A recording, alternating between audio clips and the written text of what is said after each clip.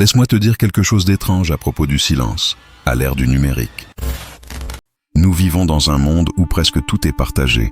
Les anniversaires, les tasses de café, les couchers de soleil, les rires, les larmes, et même la douleur, soigneusement déguisée sous des filtres. Et pourtant, certaines personnes demeurent invisibles. Elles défilent en silence, observent profondément, mais ne publient presque jamais. Tu connais peut-être quelqu'un comme ça? Peut-être que cette personne, c'est toi. Avant de continuer, si tu aimes ce genre de réflexion sur la psychologie humaine et la philosophie de la vie, abonne-toi à cette chaîne et partage cette vidéo. Cela nous aide à faire grandir une communauté d'esprits conscients, comme toi. Alors, pourquoi certaines personnes choisissent-elles de rester dans l'ombre alors que le monde entier semble crier pour être vu? On a vite fait de penser que ces personnes sont timides, introverties, ou qu'elles n'ont simplement rien à dire. Mais la réalité est bien plus profonde. Sous la surface se cache une véritable psychologie, un langage silencieux qui parle de contrôle, d'identité et de résistance face à une société obsédée par la visibilité. Pour certaines personnes, le silence n'est pas un vide, c'est une forme de pouvoir. C'est la capacité de choisir ce que le monde n'aura jamais sur elle. Car, qu'on le veuille ou non, les réseaux sociaux ont redéfini la manière dont nous nous percevons. Ils récompensent le bruit, la mise en scène, la façade. Mais ceux qui restent dans l'ombre voient souvent les choses avec plus de clarté. Ils observent sans interrompre. Ils réfléchissent avant de réagir. Ils comprennent avant de juger. Les psychologues ont découvert quelque chose de fascinant. Les personnes qui publient rarement obtiennent souvent des scores plus élevés sur des traits comme l'introspection, la retenue émotionnelle et l'indépendance psychologique. Elles sont moins influencées par la comparaison sociale, moins dépendantes de la validation extérieure. Elles ne cherchent pas à prouver qui elles sont, mais à le comprendre. Et dans un monde noyé dans la performance, cette recherche d'authenticité est devenue rare. Soyons honnêtes, la plupart de ce que nous partageons en ligne n'est pas de la communication, c'est de la construction d'identité.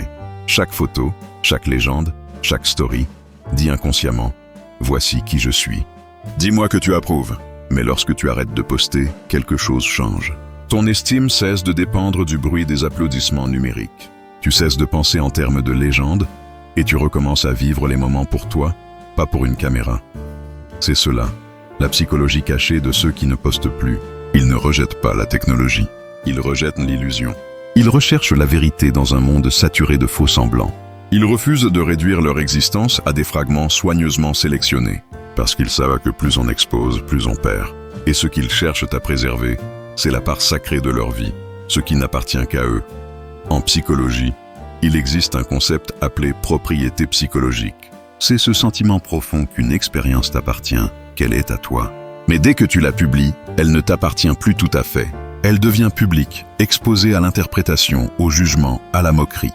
Alors, certains choisissent de protéger leurs instants, comme on protège une flamme fragile.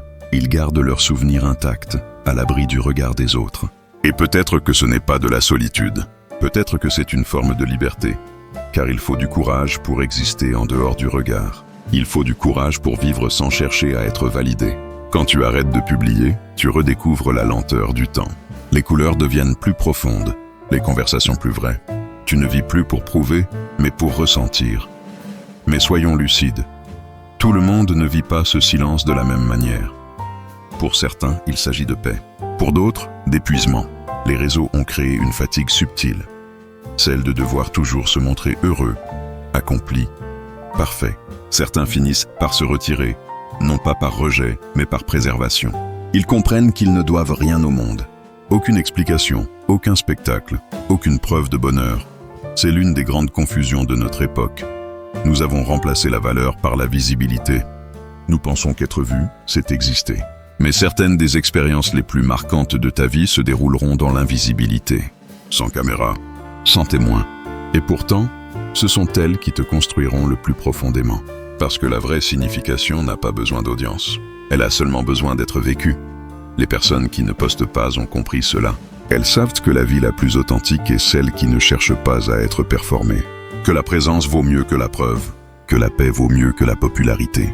Elles ne fument pas la société. Elles s'en détachent pour retrouver le vrai contact.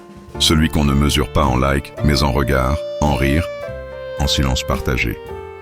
Et puis, il y a cette vérité plus intime encore. Quand tu cesses de te mettre en scène, tu recommences à t'entendre. Tu redécouvres tes désirs, tes peurs, tes émotions brutes. Tu entres à nouveau en conversation avec toi-même. Ce n'est pas une fuite, c'est un retour à la maison. Bien sûr, le doute revient parfois. Le sentiment d'être invisible, d'être oublié. Mais peu à peu, tu comprends que ta valeur n'a jamais dépendu du regard des autres. Elle existe, stable, tranquille, même dans le silence. Et c'est peut-être ça la véritable confiance.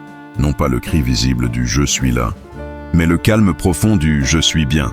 Certains disent « si tu ne l'as pas posté, est-ce que c'est vraiment arrivé ?» Mais la vérité, c'est que ce qui te transforme le plus ne se voit jamais. Tes victoires silencieuses, tes chagrins, tes renaissances intérieures, elles n'ont pas besoin d'être partagées pour exister. Elles vivent dans ta mémoire, dans ton être. Ceux qui ne postent pas le font souvent par fidélité à eux-mêmes. Ils refusent de se trahir pour plaire.